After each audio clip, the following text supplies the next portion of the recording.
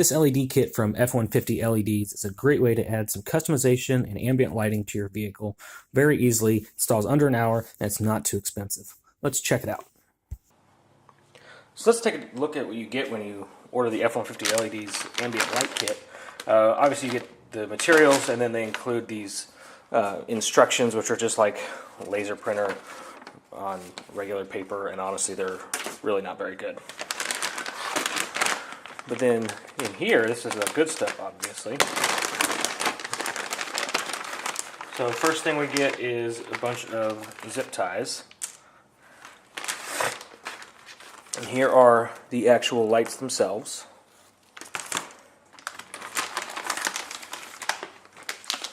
We've got a discount code, sticker, business card, another sticker, discount code, some alcohol preps for preparing like the surfaces for the sticky lights, which is cool, and then of course our wiring harness, which is actually looks really well made. Oh, and then there's the remote for like changing the colors and everything. But the wiring harness looks pretty good too. And that's it. So it's all pre-done and everything. You just kind of put it into place, and they're kind of taking care of all the hard work for you. So this should be pretty easy. All right. So I've got our LED ambient lighting kit here, and the install looks pretty straightforward just based on this kit. I did review the printed instructions that were included in the kit, which they had some pictures on there, but they were really hard to see because it's just like a laser photocopy. So that wasn't super helpful. And then I did look at, they've got a video online, which also wasn't super helpful. The whole thing was pretty much out of focus, and they didn't actually install anything, they just told you what to do. So hopefully this will go as easy as I think it will be, and then maybe it'll help you out a little bit better when you're trying to figure it out. So we're going to start at the passenger seat, behind the passenger seat, because this is where it kind of all stems out from. So you're going to take your roll of wires, just kind of throw it out, and you'll pretty much already see where each wires are going just when you do this. So you've got a long cable here, and this we're going to fish up probably under the door sill to that passenger side fuse panel that's under the dash over there behind the door, and then we're just going to run that from that fuse panel up probably under the door sill. We'll see once we get down there, see where we can run it to under the seat. So when we get under the seat, there's this breakaway right here with three wires coming out of it. One of them goes to two wires, this one, and this is the shorter one out of the three-way breakaway, and this goes to two wires that each have two LED strips. These LED strips go under the passenger seat, so one of these is going to go kind of near the back of the seat for the back passenger area lighting, and then the one goes to the front of the seat to the front passenger footwell lighting. And that brings me to my first kind of, not complaint, but preference about this kit. I would have rather had the front footwell lighting under the dash instead of under the seats. That's how Ford does their, at least in my girlfriend's car, her Fusion, the lights come from under the dash, not under the seats. So I would have liked to see the lights coming from under the dash, not under the seats. But we'll do it like this. We'll see how it works out. It probably won't be that much different, but I would have liked it to be under the dash. So these two are going to go under the passenger seat. The next one out of this three-way breakaway is going to be a single, and that is going to go into your center console. How we get it in there, I'm not sure yet. The instructions say you're going to pop off a little piece, but like I said, the pictures weren't very good, so we're going to have to kind of figure that out when we get there. And then the last one is a longer one with two more that are going to go, same thing as the passenger seat, but they're going to go under your driver's seat. So let's get these run.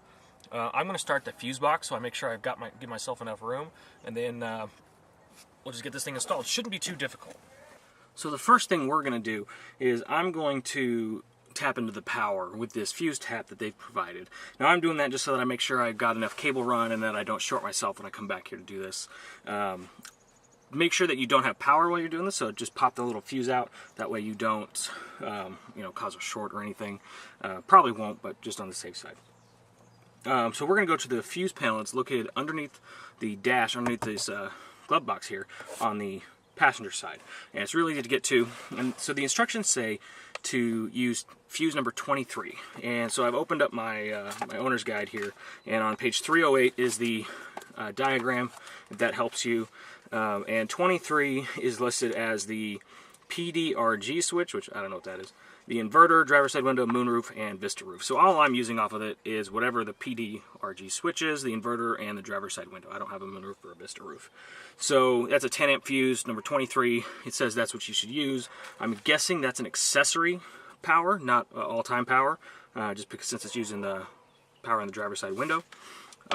There is a way that you can tie it in with your headlights. Now that's a more advanced install. I don't know what it entails, that maybe some splicing or something. I'm not doing that, I'm just being an accessory power. So let's get under the dashboard here and get that fuse panel open. So the fuse panel that we're going to access is underneath the, it's in the passenger side footwell under the glove box, and it's up against the outside wall here. And if you reach back down here, you'll feel this little notch. You pull that out, and this little flap will come out and reveal this fuse panel. So like I said, we're going for fuse number 23, and there are little numbers next to all of these fuses, and 23 is going to be this one right here, this top left red one. It's a 10 amp fuse, and just make sure you're getting the right one. Make sure you find the little number 23 right there, 23. Pull that fuse. Ooh. There we go. Alright, so once you pull the fuse, go and get your little add-a-fuse thing that they've provided for you. Take your factory fuse and just slide it into the slot there.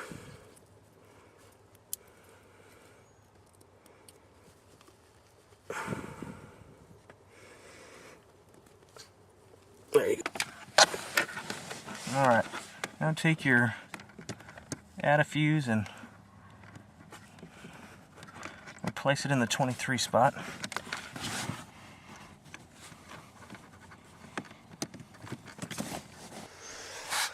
So then we gotta get our grounding ring onto this little post right here. So we're gonna take a 10mm socket, take this nut off.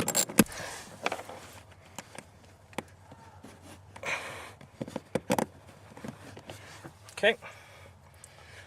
Get our nut back on there.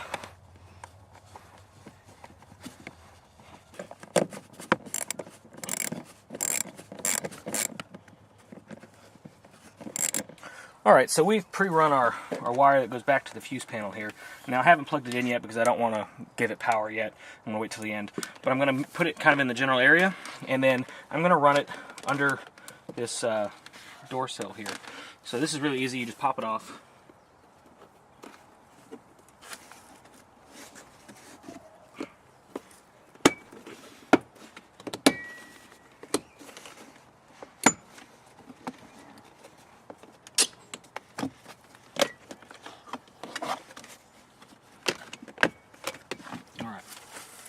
So you can see it kind of started taking some of the weather stripping with it. I'm just going to put that back, and then it also popped this up, which actually is going to be helpful because we're going to run it through there anyway.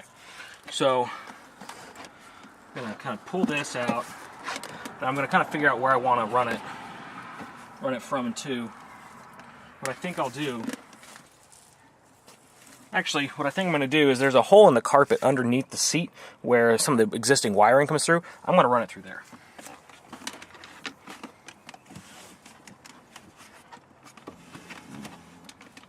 So I'm running it under the seat, then we'll run it through that hole that cut in the carpet where the factory wiring goes through, and then I'm going to run it under the seat, under the door sill, and up to the fuse box.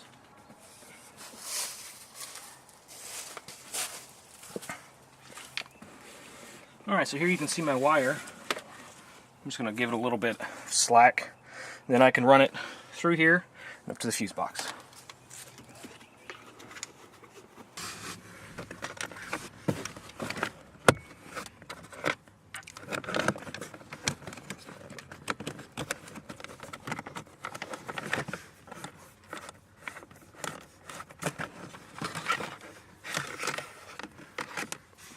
So you can see my cable is run.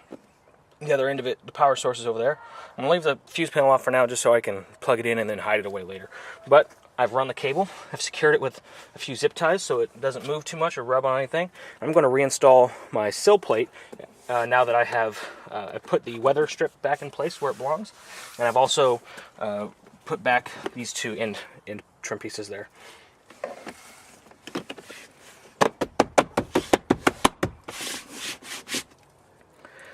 So I really couldn't tell how they had the center console LED strip running into the console.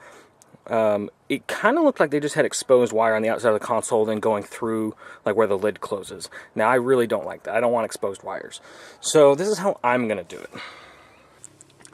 Alright, so what I'm going to do is I'm going to route my wire under here and then up through here, and then we're going to take this piece up here off. So that's the first thing I'm going to do. I'm going to find my single LED strip. I'm just going to run it right under here.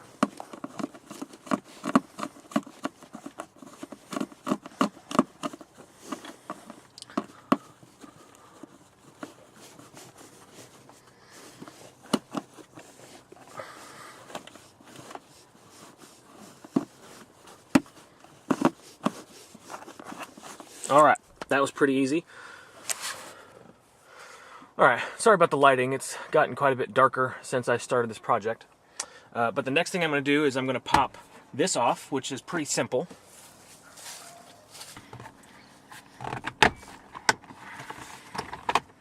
Alright, then I'm just going to reach down there and find my LEDs.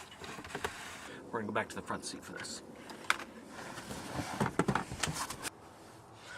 Alright, so from the front of the truck, it's not too bad. We're going to take our LED wire and we're going to kind of route it. And I want my light right in here, or right under here rather.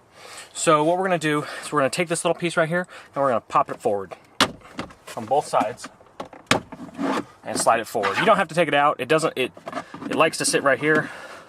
So I'm just going to slide it right there. And then we're going to take our LED strip. There's two little notches you can see right where this clips in, and that little light that lights up your box from the factory is right below that. So you can use that kind of as a guide. First you want to clean this with an alcohol prep, which I've already done. So now we're going to peel the backing off of our LED strip. We're just going to place it, I'm going to place mine right underneath that factory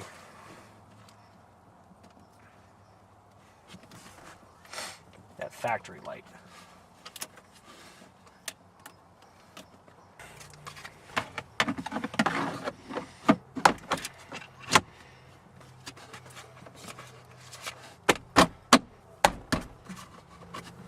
Beautiful. Alright, so now I am ready to install the rear seat passenger LED. Now that I've done the center console, that's the one that kind of cements the center for me, so I'm going to go ahead and install both the ones under the seats now. Now, where I'm going to do it is on this bar right here that goes across the back. Now, that is on the moving track, so I've got to make sure I leave myself enough of a loop down here so that the seat can move back and forth with the passengers.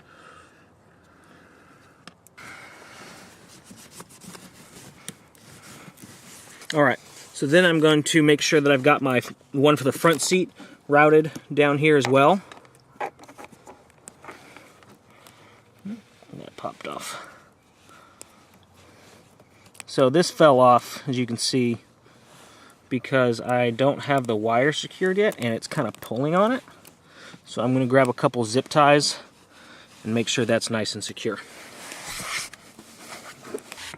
Alright, so now under the front seat,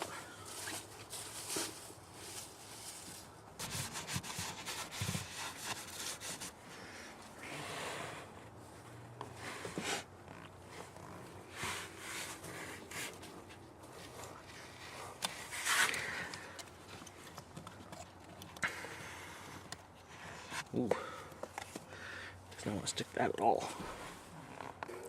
So, Turns out the adhesive on this is pretty weak and doesn't want to stick to pretty much anything. So I'm going to zip tie it. When in doubt, use a zip tie to this rod right here. Alright, so I don't love it, but there it is. It's zip tied to that bar. I'm going to trim those zip ties, make it look a little bit neater, and then I'm going to go ahead and finish the one on the driver's side, and then we'll check out the finished product. Alright, so I'm all done installing this kit, and it looks great. But I want to review some pros and cons that I thought of when I was installing this kit. The first pro is going to be a big obvious one, and that's the install. This install is super easy. Anybody can do it. You don't need to have any technical know-how. There's no wiring skills needed. It's all pretty much plug and play, and I like that. I think anybody can do this. A+. Second thing is going to be the quality of the construction of the wiring harness that they've built for you, and the brightness of the LEDs. So the general kind of quality of the kit. I think it's a good quality kit for the price you're getting, and that takes me to my third pro, which is the price. I paid less than $100 for this. That was a sale price, but you can apparently get it for less than $100, because I did. So I think that is a fair price. I think for what you're getting, it's a good kit. $100, good price. So some of the cons I came up with while installing this kit, and the first one is the lack of instructions. Those pieces of paper I showed you, there's 2 pieces of paper with instructions. It's a very poor quality photocopy. The pictures that they provide are completely unusable. You can't see anything. And the instructions aren't very thorough. They don't tell you where to install anything or what really to do. It's kind of generalized. And they make reference to an online video, which also isn't very good, doesn't show you anything. They just kind of talk about it. Combined, you can get there, but I wish the instructions were a little bit better. The second thing is going to be the quality of the connectors. The connectors on this harness are terrible. The ones that connect the LED strips to the wires themselves are just kind of a push-in kind of thing, and I had multiple times where my LED strips were falling out of their connectors. I think that could be better. And then the connector between the harness and then the add-a-fuse harness is atrociously bad. There is no excuse for the way that that thing is built. There's no locking or anything. It's basically like a 4-pin PC speaker connector. If you've ever built a computer, there's nothing to it. That's terrible. I think that could be a lot better. And then the third thing, it's not completely their fault, but like you guys saw, I had trouble installing them under the seats. I had to secure the front one to that bar, which I don't think is a good option. So if you have a better idea of where to install them or how to get those LED strips to stick better, please let me know in the comments down below. I'm going to go back and revisit where I've installed those and see if I can find a better place than putting them on that bar. I don't like that idea, but I didn't see any better options. Not completely their fault that there's not really a better place, but I don't think there was a whole lot of thought put into it either. So I'm going to give them a half point on that one. And that's it. My install is all done. I hope you liked the video. Hopefully it was a little bit helpful for you to show you how to do the install and give you the confidence that pretty much anybody can do this install. If you would like to pick up a ambient light kit like this from F150 LEDs, there is a link in the description below that will give you a 10% off coupon code if you use that link.